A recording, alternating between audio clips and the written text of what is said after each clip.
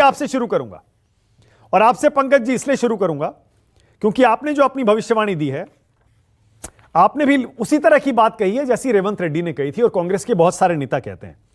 वो ये कहते हैं कि कांग्रेस की 100-125 आ जाए तो आराम से सरकार बन जाएगी। जरा पंकज जी की भविष्यवाणी भी ऊपर दिखाइए।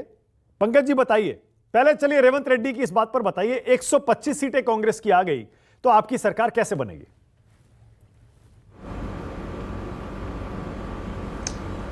125 सीटें आते ही इको आ रहा है कुछ। हाँ ठीक करवा रहा हूं। मैं ये कह रहा हूं, देखिए मैं 3 महीने से लगातार कह रहा हूं कि भारतीय जनता पार्टी को इस बार सरकार बनाने लायक स्पष्ट बहुमत नहीं मिलने वाला है। कांग्रेस की तो 100 और 125 के बीच सीटें आएंगी ही। जब एक बार कांग्रेस की 125 या 100 से ऊपर सीटें आ जाएंगी तो सहयोगी दलों के साथ चल हो जा शुरू। केसरिया से मन जोगी हुआ रे, दिल झूमे देखो पतवारा हुआ रे, दिल झूमे देखो पतवारा हुआ रे। हर पल मनाओ केसरी त्योहार। विमल बोलो जुबान केसरी। इंडिया समूह की सरकार बनना तय है। इस वक्त सब लोग ये मानकर चल रहे हैं कि जैसे 303 सीटें जो भारतीय जनता पार्टी की हैं, बाकी 370 और 400 के आंकड़े को तो छोड़िए कि 303 सीटें भी कम नहीं हो सकती। एक बात पर गौर करिए, 1984 में कांग्रेस की 404 सीटें थीं। अगले चुनाव में जब 9.5% वोट गिरा कांग्रेस का तो सीटें कम हो गई थी 207 सीटों का घाटा हुआ 9.5% वोट की गिरावट से। उसके बाद जब 2014 के चुनाव में कांग्रेस की 44 सीटें आईं तो 9%, उसके पहले 2009 के चुनाव में जितनी सीटें थीं उसमें 9% वोट की जो गिरावट हुई तो 166 सीटें कम हो गई। इसका मतलब क्या हुआ? इसका मतलब ये हुआ कि अगर 9 से 10% वोट का स्विंग होता है तो 100 से ज़्यादा सीटें या तो बढ़ जाती हैं या 100 से ज़्यादा सीटें घट जाती हैं। इस बार जो नरेंद्र भाई मोदी की लोकप्रियता का आलम है, जो भारतीय जनता पार्टी के 10 साल के खुराज का असर देश में है, जो उकताहट है, तो आप समझ लीजिए कि करीब करीब 10% वोट का घाटा भारतीय जनता पार्टी को होने वाला है, निश्चित तौर पर होने वाला है। 37 कुछ प्रतिशत वोट था 2019 के चुनाव में।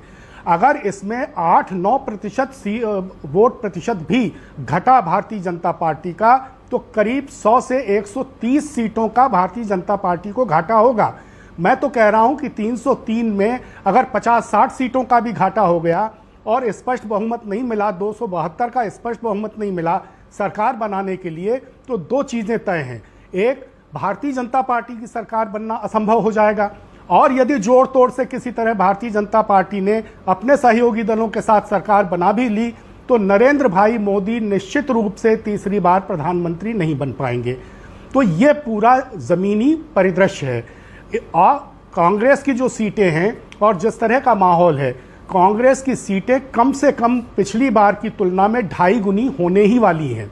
तो 2.25 गुना से 2.5 गुना अगर फर्क पड़ता है कांग्रेस की सीटों में, उसके वोट प्रतिशत में अगर 6-7% का भी फर्क पड़ता है तो आप समझ लीजिए कि सीटें कितनी बढ़ जाएंगी। अच्छा, ओके। इसके बाद आप जानते हैं कि जो जी हाँ, बताएं। अच्छा, अब आपकी जो भविष्यवाणी है पंकज जी, आपने भविष्यवाणी या आपका जो असेसमेंट है वो यह है कि बीजेपी 215 से 220 सीटें पाएगी इस बार और इंडिया गठबंधन की 250 आ जाएंगी।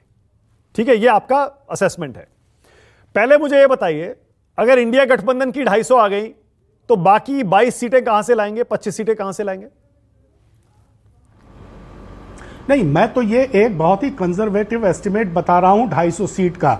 इंडिया समूह के राजनीतिक दल अपने आप स्पष्ट बहुमत से ऊपर चले जाएंगे।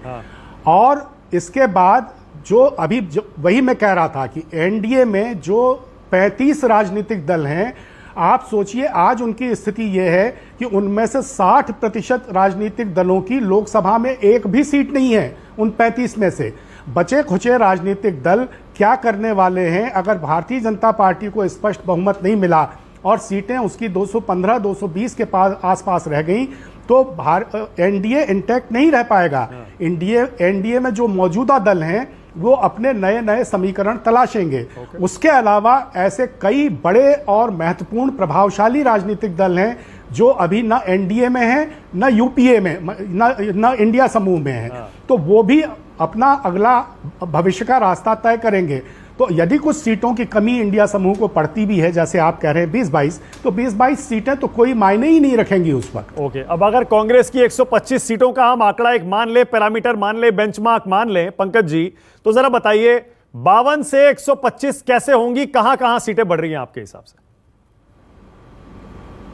सीटें तो हर जगह बढ़ रही हैं। आप देखिए जो जमीनी रिपोर्ट्स आ रही हैं, हरियाणा में बढ़ रही हैं, दिल्ली में बढ़ रही हैं, राजस्थान में बढ़ रही हैं, मध्य प्रदेश में बढ़ रही हैं, छत्तीसगढ़ में बढ़ रही हैं, हर जगह उत्तर भारत में ही सीटें बढ़ रही हैं। तो जब हिंदी बेल्ट में इतनी सीटें बढ़ रही हैं, बाकी बचा दक्षिण भारत, बाकी बचे पूर्वोत्तर के राज्य, बाकी बचे छोटे छोटे द्वीप समूह, सब जगह जो सीटें बढ़ेंगी तो सीटें इस बार बढ़नी ही हैं, क्योंकि वोट प्रतिशत कांग्रेस का इतना ज़्यादा बढ़ने वाला है कि जब वो सीटों में ट्रांसलेट होगा तो सीटें, जैसे मैंने कहा 9 से 10, भारतीय जनता पार्टी की जब 2 से 83 सीटें हुई थी तो 3.25% सिर्फ वोट बढ़ा था।